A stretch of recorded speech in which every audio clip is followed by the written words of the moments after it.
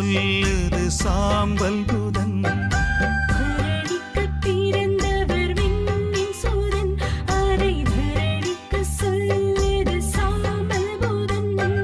சிலுவை சாம்பல் நெற்றியிலே மர சிலுவை மரணம் வெற்றியிலே.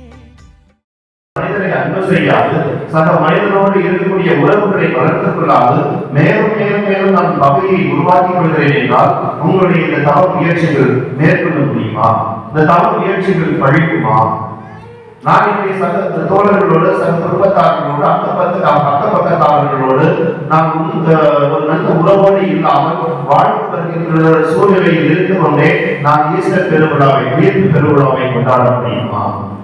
எனது வயது முதிர்ந்த தாயையும் தந்தையையும் அழிக்காது அவர்களை தூற்றுகின்ற பொழுது, அவர்களை வேண்டாம் என்று ஒதுக்குகின்ற பொழுது, புறக்கணிக்கின்ற பொழுது, அழிக்கின்ற பொழுது, உழைக்கின்ற பொழுது, அவர்களுக்கு உணவே கொடுக்காத தோன்ற விழுகின்ற அளவிற்கு அவர்களை துன்பப்படுத்துகின்ற அளவிற்கு, அவர்கள் மனம் கொண்டு அழுகின்ற அளவிற்கு நாம் ஒரு தாயையும் தந்தையையும் அவமதித்தோம் என்றால் இந்த தவக்காலம் நமக்கு சிறந்ததாக இருக்குமா?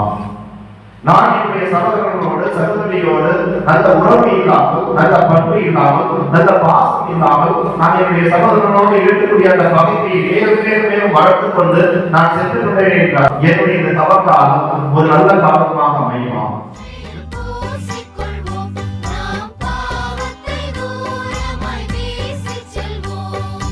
பாவத்தை தூரமாய் வீசி செல்வோம்.